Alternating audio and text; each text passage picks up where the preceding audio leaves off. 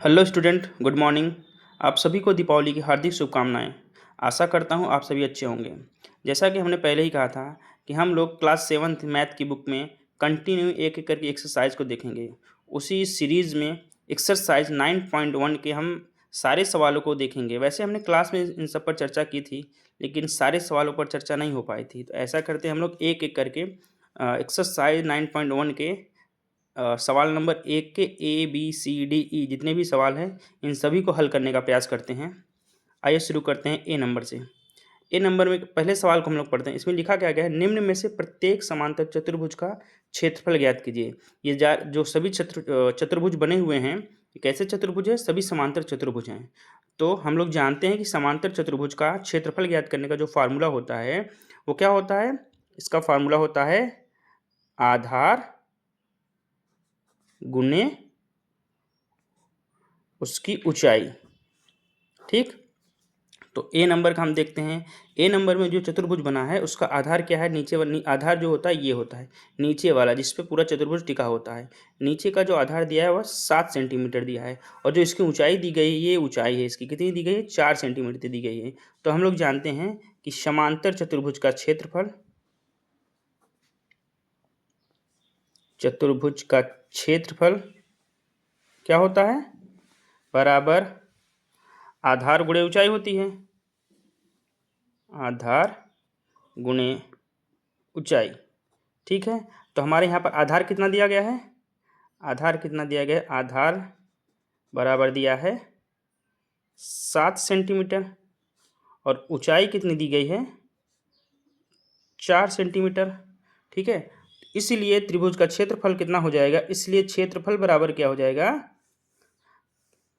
7 गुणे 4 बराबर हो जाएगा 28 सेंटीमीटर स्क्वायर। 7 में 4 का गुणा करेंगे तो हो जाएगा 28 सेंटीमीटर स्क्वायर।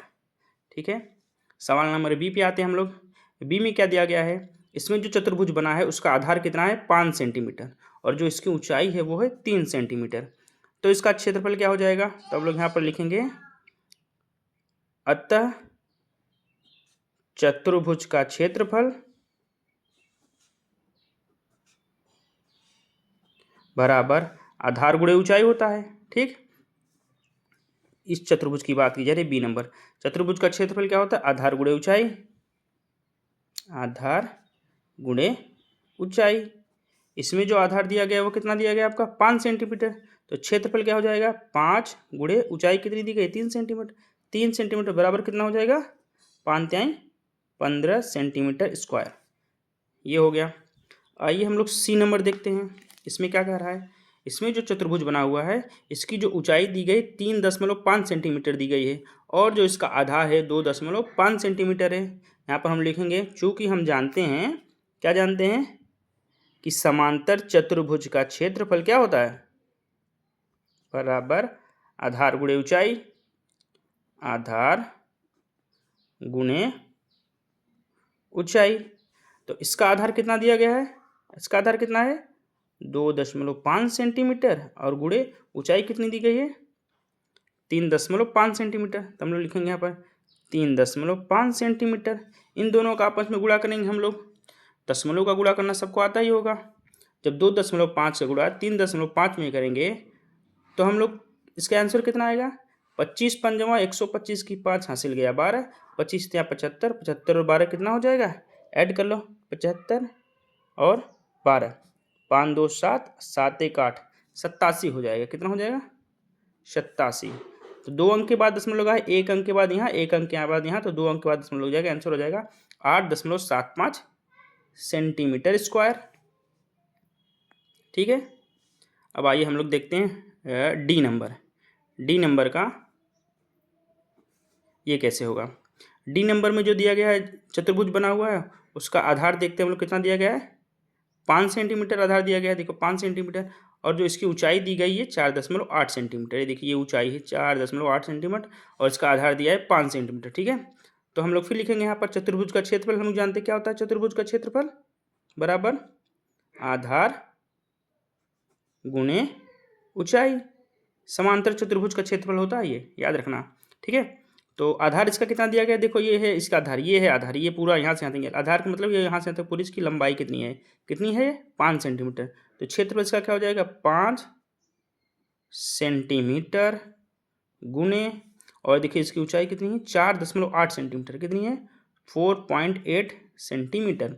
तो 5 सेंटीमीटर का गुणा 4.8 सेंटीमीटर में करेंगे, इसका आंसर कितना हो जाएगा 5 से गुणा पहले 8 में करेंगे, 5 अट्ठे 40 की 0 हासिल गया 4, फिर 5 से गुणा 4 में करेंगे, 5 चौके 20, 20 और 4 24। दशमलव कितने अंक के बाद लगा, देखो एक अंक के बाद यहाँ दशमलव लगा, यहाँ पर लगा नहीं लगा है, तो एक अंक के बाद हम दशमलव लगा देंगे, हमारा आंसर कितना हो जाएगा केवल 24, कितना हो जाएगा 24 सेंटीमीटर स्क्वायर, ये हो जाएगा। आइए हम लोग लास्ट वाला देखते हैं, ई नंबर वाला, ये देखो रहा, इसमें देखो जो इसका आधार दिया गया है, आधार है ये पूरा बेस है, इसका आधार है 2 सेंटीमीटर, यानी यहाँ से यहाँ तक लंबाई 2 सेंटीमीटर है, और इसकी जो ऊंचाई है ये देखिए इसकी ऊंचाई है जो क्रॉस में बनी है, इसकी ऊंचाई कितनी दे रखी है, इसकी ऊंचाई दे रखी है 4.4 सेंटीमीटर, कितनी है 4.4 सेंटीमीटर, ठीक है। तो हम लोग इसका लिखते हैं त्रिभुज समांतर चतुर्भुज का क्षेत्रफल, समांतर चतुर्भुज का क्षेत्रफल क्या होता है इसका फार्मूला, आधार गुणे ऊंचाई, तो हम लिखेंगे आधार गुणे ऊंचाई, ठीक है। क्योंकि इसका आधार कितना दिया है, इसका आधार देखिए 2 सेंटीमीटर दिया गया, ये रहा 2 सेंटीमीटर, तो इसका क्षेत्रफल क्या हो जाएगा 2 सेंटीमीटर गुणे इसकी ऊंचाई दी गई 4.4 सेंटीमीटर, तो लिखेंगे हम लोग 4.4 सेंटीमीटर।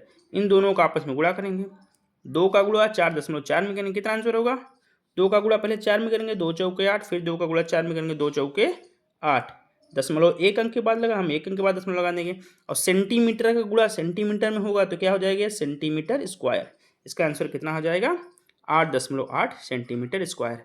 हमने एक्सरसाइज 9.1 का सवाल नंबर 1 के सारे सवाल ABCDE सभी हल कर लिया है।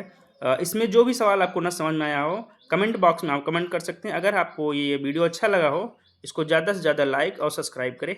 धन्यवाद।